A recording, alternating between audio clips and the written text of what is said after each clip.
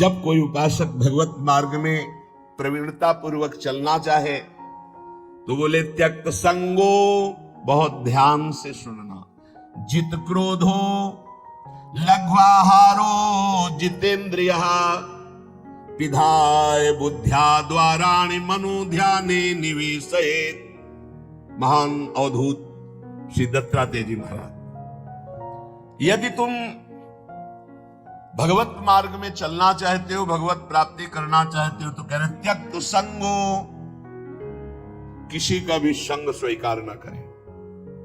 ये बहुत खास बात साधना में है। अपना जीवन में प्रभु और गुरुदेव के सिवा कोई संगी नहीं होना चाहिए। ये देखो, अगर महापुरुषों के वचनों को स्वीकार न किया जाएगा तो फंसने में देर नहीं लगती, मिनट नहीं लगती फंसने में, मिनट कहने में देर लगती, फंसने में देर नहीं लगती।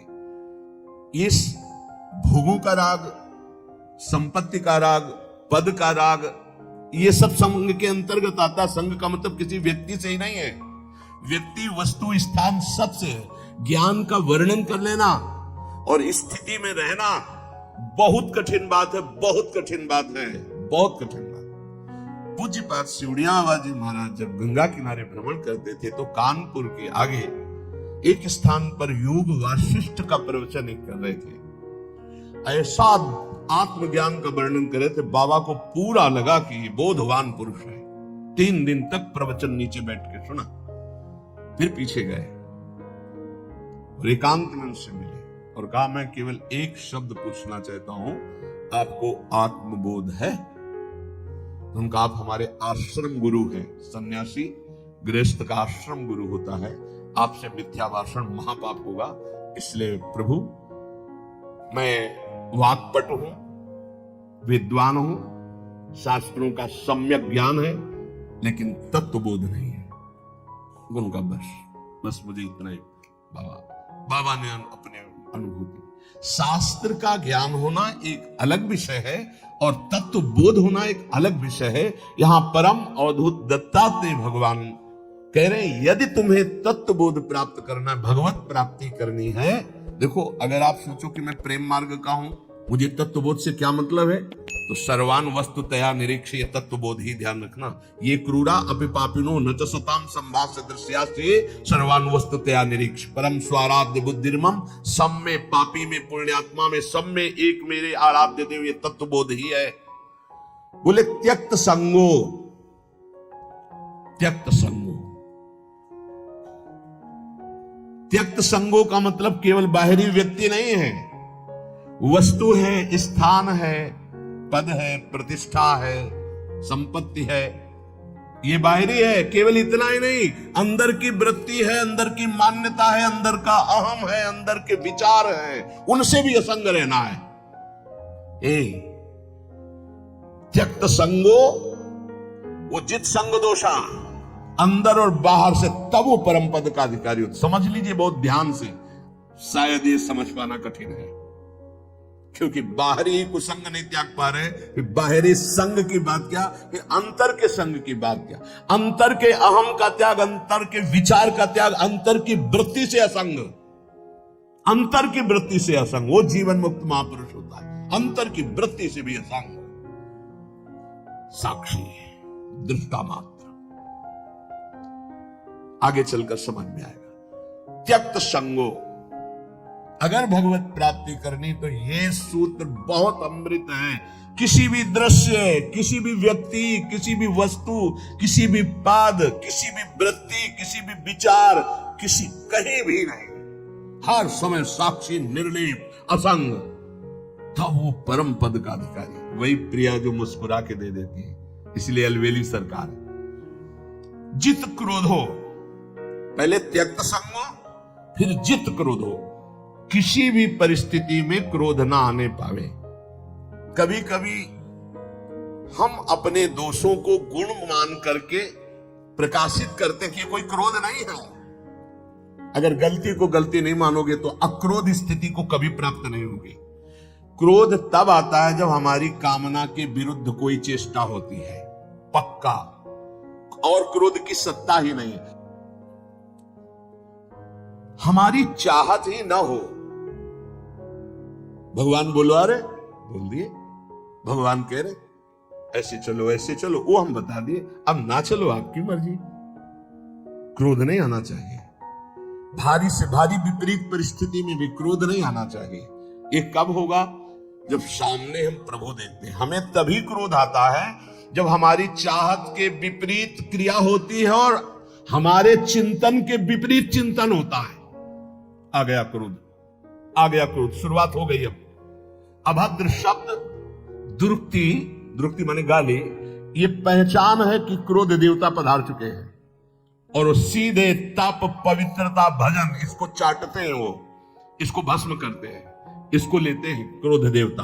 तुम्हारे तप को, तुम्हारी पवित्रता को, अंतःकरण की तुम्हारे साधन को चाट जाएंगे, कुछ अनुभव नहीं होगा। जब हमारा ये चिंतन गिरा कि सामने प्रभु नहीं, हमारी बात नहीं मानता, विपरीतता है, वही क्रोध आ जाएगा। अन्यथा आने का कोई भी रास्ता नहीं क्रोध के। जित क्रोध, यहां कह रहे जित क्रोध हो, भगवान अवधूत दत्तात्रेय जी, अगर उपासक को परम पद पे आरूढ़ होना, दिव्य साधना संपन्न बनना है तो क्रोध पर विजय प्राप्त, कभी गुस्सा नहीं आना चाहिए। वो कब होगा? हम व्यक्ति देखते तब गुस्सा आता है। हम भगवत भाव करेंगे तो जलेगा हृदय पर, हम गुस्सा नहीं कर पाएंगे। हम चाहत करते हैं तब गुस्सा आता है। अगर हम चाहत को भगवान की इच्छा में छोड़ देते हैं तो गुस्सा नहीं आएगा। जोई जोई प्यारो करे, सोई मोई भावे। लगवा हारो, थोड़ा आहार करें। बिहारी देव जी पीछे जब वाणी में आया था कि भूख से जो ज्यादा पेट भरता है उसका भजन तो हो ही नहीं सकता, पक्का यह अनुभव की बातें हैं। भूख से कम भोजन करने पर हमारी जो जीवनी शक्ति है कुछ पचाने में लगती है और कुछ से हम भजन कर लेते हैं। अगर भूखे हैं हम तो हमारा चिंतन बार बार खिंचता है भूख की तरफ। इसलिए लघु आहारो, थोड़ा आहार डाल लिया जाए। और ये अभ्यास से होता है। एक एक कवल केवल आप कम कर लीजिए तो बहुत थोड़े आहार में आपकी दिनचर्या बहुत स्फूर्ति वाली हो जाएगी। आप ये भ्रम छोड़ दें कि हम जितना अधिक आहार करेंगे उतने अधिक शक्तिशाली बनेंगे, ऐसा नहीं है। विचार आपके, संकल्प आपका, ये आपके सामर्थ्य होते हैं। शुद्ध संकल्प, ये हम सांसारिक भाषा में बोल रहे हैं। शुद्ध संकल्प, शुद्ध विचार, पवित्रता, जितेंद्रियता, लघु आहार, आप महान बलशाली हो जाएंगे, पक्का। देखो, संकल्प रहित होकर देखो, भगवद आश्रित होकर देखो, और अपार सामर्थ्य। शुद्ध संकल्प का कितना बड़ा चमत्कार है कि आप नहीं समझ पाएंगे, कि विश्वास ही नहीं कर पाएंगे। अगस्त जी ने संकल्प किया और ऐसे समुद्र को पी गए, पूरे समुद्र को। आप विश्वास नहीं कर पाएंगे कि समुद्र को पी गए अगस्त जी महाराज। महान तप निधि, संकल्प किया और पी गए समुद्र को। ये संकल्प की ताकत। भोजन से इस पांच भौतिक शरीर का पोषण होता है और धीरे धीरे हम शरीर से अपने को अलग करने के लिए साधना कर रहे हैं। तो लघु आहारो, थोड़ा आहार चाहिए। हमारा दिमाग क्या सिखाता है? बर्बाद काहे को करोगे। अब कितना रह गया? 2 लड्डू रह गए, 1 कटोरी खीर है।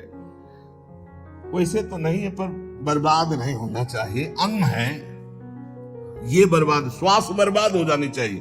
अरे दूसरा कोई खा लेगा, कोई और जीव पा लेगा। आप थोड़ा भजन के लिए जगह बनाए रखो। अगर आपने परुषा लिया है तो किसी और जीव को पवा देना। सब अपने गुरु भाई ही हैं, हम एक ही प्रभु के बच्चा हैं। पोशाकें अलग अलग हैं। अरे किसी के स्वान की पोशाक है, किसी के सूकर की पोशाक है, किसी की कृमि की, लेकिन हम हैं सब एक ही भाई, परमात्मा अंश है, हम सब एक ही हैं। अंश वही है, पोशाकें अलग अलग है, वो पालेंगे। हम भजन के लिए उतने ही पुरुष हुए, उतने ही पावे जिससे भजन। ये आप बैठा लीजिए, खाते खाते मर जाओगे लेकिन खाने की आदत नहीं खत्म होगी। इसको संयम में लाओ। पहला कहा त्यक्त संगो, दूसरा कहा जित क्रोधो, तीसरा कहा लघु आहारो। यदि भगवत प्राप्ति करनी है, दिव्यता लानी है, भजन का चमत्कार अंदर प्रकट करना है कि काम क्रोध लोभ मोह मद मत्सर ये सब भस्म हो रहे हैं, लघु आहारो। आहार पाने के बाद फिर ऐसे तुरंत बैठ सकते हो, ऐसा आहार पाइए कि अगर आपको तुरंत बैठना पड़े तो आपको वजन न लगे कि पेट में वजन है। ये जितना आप चिकने पदार्थ, जितने आप स्वादिष्ट पदार्थ समझ रहे हैं, ये स्वाद नहीं है। वास्तविक स्वाद तो राधा नाम सुधा रसम रसितम, रोम रोम आपका जंकृत हो जाएगा जिस दिन राधा नाम। बोले हमें तो स्वाद नहीं मिलता, तो जिसका पित्त बढ़ जाता, मिश्री कड़वी लगती है। अगर अनुपान से दवा रूप में वही लिया जाए तो जब पित्त नष्ट होगा तो मिश्री मीठी लगने लगे। तो राधा नाम सुधा अमृत है, ये अमृत रस है। आचार्यों ने, महापुरुषों ने, स्वयं हरि ने इसका पान किया है, वही आपको मिल रहा है। आपकी जबान खराब हो चुकी भोगों में, थोड़ा भोजन कीजिए, बड़ा पावर मिलता है। आप उपवास के दिन देखना भजन में बहुत मन लगेगा, थोड़ा पाने पर। तो वैसे ही आप रोज उपवास कर सकते हो। 1 रोटी पाओ, 2 रोटी पाओ, थोड़ी दाल ले ली, थोड़ी सब्जी ले ली, जितने से ऐसे थोड़ा लगा बस। इतना दिमाग विचित्र है कि हर बार फंसाता है यही कि बर्बाद नहीं होना चाहिए, ये जाना चाहिए, अंदर जाना चाहिए। बस जहां यहां से गया तो बस फिर उसके पचाने में पूरा दिमाग लगा, भजन में तो लगा नहीं। इसलिए प्रार्थना है इस आसक्ति से बचो, भोजन की आसक्ति से। अच्छे पदार्थ जो सृष्टि में कहे जाते हैं उनको थोड़ा लीजिए, और जो रूखे सूखे कहे जाते हैं उनसे पेट भरिए और खूब भजन कीजिए। आगे कह रहे जितेंद्रिय, अपने आप जितेंद्रिय हो जाएंगे। शरीर एक रथ है, बुद्धि इस रथ को चलाने वाला सारथी है, बैठने वाला जीवात्मा है, मन लगाम है, इंद्रियां घोड़े हैं, विचरने की जगह विषय भोग है। ये घोड़े विषय भोग का चारा चरने के लिए जाएंगे। अगर मन रूपी लगाम को बुद्धि रूपी सारथी ने ठीक से खींचा नहीं तो ये खंडक में गिरा देंगे। और गिरे हुए बहुत फंसे हैं, और जीव इतना भोला बन चुका है कि गड्ढे में गिरा है फिर भी वो आनंदित है, वो उसी को सुख समझ रहा है, दुख को ही सुख समझ कर। यही तो भगवान की विचित्र माया है। जिसे तुम सुख समझते हो वो सुख की छाया है, समझ पड़ती नहीं, ये गिरधर की माया है। भयानक दुख के अंतर में वो डूबा हुआ भयानक परिणामों को प्राप्त होगा, लेकिन उसमें सुख का अनुभव कर रहा है। त्यक्त संगो जित क्रोधो लघ्वाहारो, तो अपने आप जितेंद्रिय हो जाएंगे। देख लेना, घृणा हो जाएगी यार, घृणा। कौन सा ऐसा सुख है जो घृणा के योग्य ना हो? लौकिक बढ़िया से बढ़िया पदार्थ खाओ, तत्काल हम उसे वापस उलटते हैं, देखने लायक नहीं रह जाएगा। चिकनी चमड़ी केवल देखकर फंस रहे, कुछ नहीं, पूरा जीवन बर्बाद हो जाता है। धर्म के लिए तो सेवन करने के लिए ठीक है, बकाया भगवत प्राप्ति के लिए जितेंद्रिय चलो, ठीक से चलो।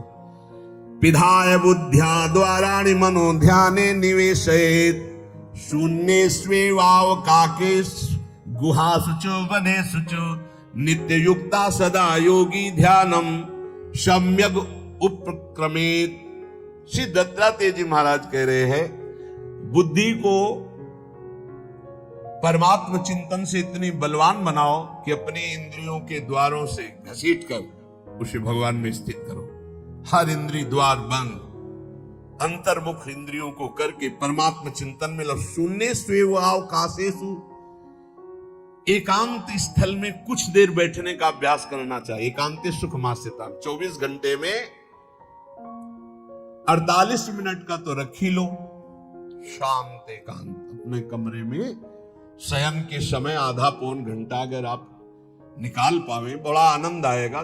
24 घंटे आप सेवा दिनचर्या में लगे, आधा घंटे निकाल लो या 48 मिनट शांत बैठो। बिल्कुल कोई माला नहीं, कोई क्रिया नहीं, बिल्कुल आप इस बात को देखना करके शांत बैठो। पहले बैठ जाओ। अब देखो आपका मन कहां है, तत्काल देखिए। जो ही शांत बैठे, अब है कहां? जो सामने रूप आ रहा है, चाहे वो वस्तु हो, व्यक्ति हो, स्थान हो, उसमें तुम्हारी ममता है, उससे तुम्हारा संबंध है। वस्तु, व्यक्ति, स्थान, प्रभु आ रहे हैं कि संसार का कोई वस्तु, व्यक्ति, स्थान आ रहा है। यदि कोई संसार का वस्तु, व्यक्ति, स्थान आ रहा है तो तत्काल उसमें भगवत भावना करो, या वहां से हटा के तत्काल अपने गुरु मंत्र में लगाओ, शांत एकदम बैठो। अब उस समय जांच करो कितनी बार किसका रूप आया, प्रभु का कितनी बार आया, संसार, और जिसका जितनी बार आए उससे अधिक नंबर देखिए कि 5 बार तो उस पुरुष का आया, 5 बार उस स्त्री का आया, और एको बार प्रियाजू का नहीं आया। इसका मतलब अभी प्रियाजू में हमारा मन नहीं लगा, अभी यहां स्त्री पुरुष में, वस्तु में, व्यक्ति में, स्थान में लगा। जांच करो और हृदय में पश्चाताप करो, धिक्कार है, इतना समय हो गया एक बार भी प्रियालाल का रूप नहीं आया। ये सांसारिक रूप आ रहे, ये सांसारिक वस्तुएं आ रही, धिक्कार है हमारे मन को, धिक्कार है हमारे जीवन को। ये हम आपको आंतरिक बात कह रहे हैं। पूज्य भाई जी महाराज, जिस समय मन को धिक्कार दिया जाता है, जलन होती है, जब जलन होती है तो निर्मल होता है, निर्मल होता है, निष्पाप होता है, मल भस्म होता है। जो ताप अंदर मन में होता है प्रायश्चित का, उससे अब बार बार सामने आपको जो गुरु मंत्र मिला है उसको लिखिए, कोई माला नहीं, बहुत आराम से, कोई जल्दीबाजी नहीं, 1 मिनट में एक बार लिखेंगे। यहां कोई संख्या हम नहीं बोल रहे, यहां कोई आपको नहीं कि 108 बार करना है कि 50 बार करना, 5 बार करोगे, हम कह रहे 5 बार आराम से लिख रहे, शांत बैठे, खूब आराम से, बढ़िया राम, बहुत बढ़िया था, राधा राधा राधा। आप देख लीजिए, अब ये भाग जा रहा है, पकड़ो, कहां भाग के जा रहा है, इस वस्तु से क्या संबंध है, इस व्यक्ति से क्या संबंध है, कितनी बार इसको छुआ है, देखा है, भोगा है, मिले हैं, सूंघा है, कितनी जन्मों में। धिक्कार तुझे मन, जो तू राधा नाम को छोड़कर, प्रियाजू के समृत में नाम को छोड़कर भाग रहा है, फिर उसे लाओ नाम में, फिर लाओ नाम में। आप देखिएगा एक दिन उसी रा और धा के बीच में प्यारी जो और प्यारी जो मुस्कुराते दिखाई देंगे, देख लेना। एक समय 24 घंटे में ऐसा निकालो जिस समय आप अपनी अंतःकरण की वृत्ति को बार बार बाहर जाते हुए घसीट कर अंतर में लगाओ। हर समय साधन में लगे हो, लेकिन एक समय इतना साधन कर, जो गृहस्थी में हम कह रहे 10 मिनट शुरू करो भाई, 10 मिनट से 10 मिनट शांत होकर बैठ जाओ। 10 मिनट बैठने में क्या परेशानी, उस समय जांच करो, जहां जहां मन जाए वहां से हटाकर नाम में लगाओ। बार बार सुंदर स्वर्णिम अक्षरों से नाम लिख रहे, रंग बिरंगे अक्षरों से, रा और रंग से, बड़ी आ की मात्रा और रंग से, धा और रंग से, बड़ी आ की मात्रा और रंग से, ऊपर कैसे खेलो, मन को खिलाओ, राधा नाम में खिलाओ, डुबाओ इसमें। आप देख लेना, हमारी बात को समझ लो। केवल ये वो बात कह रहे हैं जो आपको प्रियाजू के रूप के ध्यान में डुबो देगी। यही राधा नाम रूप प्रकाशित करेगा। तेरो रूप कहे त नहीं आवे, श्री हरिवंश कछुक जस गावे, वो रूप ये प्रकाशित कर देगा। तो कह रहे शून्य स्वेवाव काशेषु, एकांत स्थन में जहां आपको विक्षेप न पड़े। ऐसी वृत्ति के समय अगर आपको कोई शोरगुल सुनाई दे रहा हो, आपका अभ्यास दृढ़ नहीं, तो एक रुई को ऐसे कपड़े में करके, महीन कपड़े में 2 बना लो, ऐसे लगा लो, कान में लगा लो, आवाजें नहीं जाएगी। अब ध्यान करो, देखो साधन की प्रणाली। और जब अपने साधन की बात होती है ना, तो आप हजारों अलग अलग आवाज करो तो हमें बस इतना समझ में आएगा कि चिड़िया चहचहा रहे हैं, आवाजें निकलनी, बस हमारे लक्ष्य में कोई अंतर नहीं पड़ने वाला। और अगर डूबना हो गया तो आवाज भी खत्म, श्रवणेंद्रिय होते हुए भी शोरगुल नहीं सुनाई देगा। पर प्रारंभिक दशा में ऐसा चाहिए। अगर आपको बार बार विक्षेप हो रहा हो, विक्षेप तो इतना कि घड़ी का टक टक भी बर्दाश्त नहीं होता। मन है ध्यान में बैठे ना, वो पहली बार एक खिड़की खुला है, खिड़की खुला है, खिड़की, अब उठो, पहले खिड़की बंद करके आओ। ये इसको बैठते ही देख लो कि कोई ऐसा प्रश्न तो नहीं कर रहा कि अमुक कोई बात हो, उसको निपटा दो पहले। हम सबसे पहला काम करते थे, अगर राधा वल्लभ जी के दर्शन करने जाने हो, हमें इत्र खरीदना है, तो सबसे पहला काम हम इत्र खरीदेंगे। क्यों? ये दर्शन नहीं करने देंगे, इत्र खरीदना है। बार बार कहेगा इत्र हमें दर्शन में नहीं डूबने देगा, तो पहले हम वो काम सब कर लेते थे जो राधा वल्लभ जी के दर्शन के बाद कर रहे। अब दर्शन में तो केवल दर्शन। ऐसे ही जब हम ये जो 20 मिनट, 30 मिनट, 40 मिनट समय की बात करें, इसमें जब आपको समय देना हो तो कृपया मन के लिए कोई काम मत छोड़ना, वो बिल्कुल फुर्सत वाला। इसलिए हम कह रहे हैं सोने जाने के समय कि अब हम शयन करने जा रहे हैं, उस समय आप समय दीजिए। और अगर ये पहले ही बार में कह दे कि अमुक अमुक अमुक, तो तुरंत सुधार दीजिए, नहीं पूरे ध्यान में वही चलाएगा। वो बहुत बहुत ही विघ्नकारी रहता है जब तक निर्मल नहीं हो जाता। और जिस समय नाम पकड़ने लगता है, ऐसा आनंद आता है कि केवल रोने का मन करता है। आप इसको करिएगा जरूर, एकांत स्थल पे करिएगा, और जब ये करने बिन करे तो कान में श्रवण होता रहता है शोरगुल। तो ये हमने किया है प्रारंभ में, रुई में ऐसे, और एक महीन कपड़ा का बना के ऊपर कपड़ा से ऐसे और ऐसे खूब ठास के भर ले, अब आवाज ले जाएगी, अब अंदर राधा राधा राधा आनंद आएगा। ये प्रारंभिक है, आगे चल के इनकी जरूरत नहीं पड़ती अंतर्मुख होने पर। तो एकांत स्थल में जब इस तरह से साधना की जाती है तो उपासक का चित्त भगवदाकार होने लगता है। कह रहे वही सच्चा सन्यासी है। वाग्दंड कर्मदंडश्च मनोदंडश्च ते त्रयः यस्यैते नियता दंडा सत्यदंडी महायतिः। श्री दत्तात्रेय जी महाराज कह रहे हैं वाग्दंड, जिसने वाणी को वाग्दंड मौन में स्थित कर दिया। वाग्दंड यही प्रपंच की वार्ता नहीं बोलनी, भगवत वार्ता केवल बोलनी। वाणी को दंडित करो। ये बहुत चटर चटर प्रपंच की बातें करती, नाम जपने में इसको थकान लगती है, प्रपंच की बातें करने में नहीं। इसलिए इसको मौन के द्वारा वाणी को शासन में रखो, या तो भगवत चर्चा या मौन। दूसरा कर्म दंड, जो सन्यासी होता है वो निष्कर्म अवस्था की तरफ बढ़ता है। प्रापंचिक कर्मों को करते हुए भगवान नाम स्मरण करके यदि कर्म समर्पण कर दिया जाए तो वही गति प्राप्त होती है। ये तो सर्वाणि कर्माणि मयि सन्न्यस्य मत्पराः प्रापंचिक कर्म है, व्यापार नौकरी आदि नाना प्रकार के। लेकिन इन कर्मों को भगवत स्मरण करते हुए किया जाए, भगवत समर्पित कर दिया तो वही गति प्राप्त होती है जो निष्कर्म अवस्था को प्राप्त सन्यासी की होती है।